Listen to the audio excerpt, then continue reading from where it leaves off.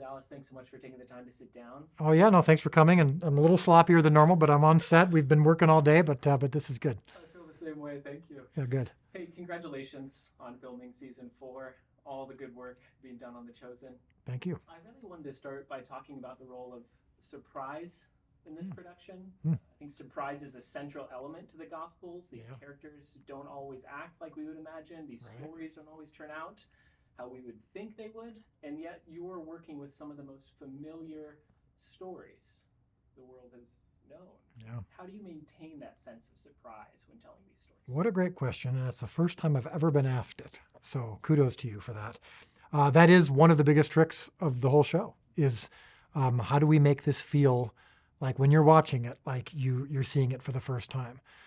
Even in those moments when you know something's coming, how can we get you to actually get lost in it and if not be surprised by the story itself, be surprised by maybe what you learned about it or what the fact that you saw yourself in it. Sometimes that's difficult, no matter how much. I mean, I've been a Bible-loving believer since as long as I can remember. And there are times when even I have to admit I'm reading scripture and it's either not surprising or it's maybe I'm not quite connecting with it. I'm not able to see it. And then there will be times, what I hear from people all the time is that they've watched the show and they've gone back to the Bible and the same text feels more alive to them. Now, of course, the Bible's always been alive. It means that they're being more brought alive than ever.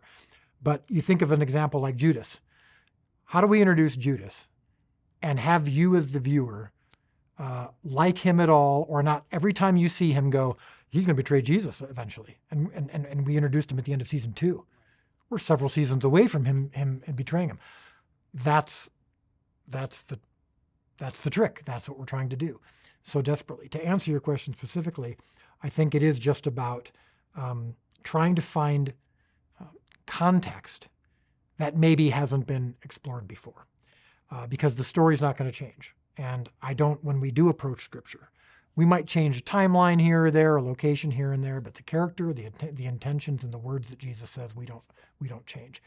It's the stuff in between. It's the context that we give. And that's where I think we can not only surprise you with some new things we come up with, but with maybe the angle that we take. And I think also sometimes it's surprising to go, that's not any different from what I read, and yet it feels different because I understand it better. That's hopefully what we're pulling off. Yeah, absolutely. So not just the stories we tell, but how we tell them. Yeah. Offer that fresh perspective. Absolutely. Yeah, the angle we take, the fact that you might not have, it might look a little different than you expected it to look. But yeah, we try not to change the story. We're trying to just maybe tell it in a different way than you're used to. Fantastic. Thank you. Thinking about the wide swath of people for whom this series has resonated, I'm curious, what audience do you have in mind, or audiences do you have in mind when you're working on telling these stories? So I have a cheesy answer for you. It's very limited and narrow. It's God and probably my wife. When I'm writing, when I'm looking at the blank page, I can't be thinking about which audience will like this more or which specific audience member might be moved by this. That starts to veer into territory of trying to avoid criticism or gain more praise. I can't be influenced by that when I'm writing or when my co-writers are writing. We have to be focused on what's the best story we can tell, what's the best show we can make, while also honoring God and being faithful to the character and intentions of Jesus in the Gospels. So obviously, when you're doing any art, you want it to be accessible in the sense that, okay, this should be understood. I'm not trying to be so mysterious that it's just a guessing game as to who's going to make sense of this or not. We want to be accessible. There are certain rules of storytelling that go back thousands of years that we want to follow because they are audience friendly. We're not doing something for ourselves. But the specific audience member is anyone who wants to see something that we believe is authentic and well told. I really just I can't afford to think about a specific audience versus another audience. I don't think, well, the Christians will get this, but the non-Christians won't, so I need to steer the story this way so non-believers will get it. What we've found is just by staying authentic, by telling the best story we can, we're finding that non-believers and believers alike are both appreciating the show. Maybe at times differently and from different scenes or different episodes that might resonate more than others, but we're just trying to tell an authentic story. So authenticity more than a particular audience or how it would resonate. Absolutely. Absolutely. Can I ask you about your hopes for this series?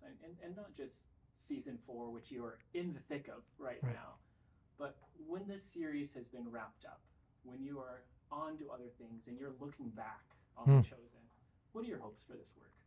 I hope that I stayed surrendered and humble and focused on the work. I hope that I was true to the character and intentions of Jesus in the Gospels, that I got out of the way of what maybe he wanted said.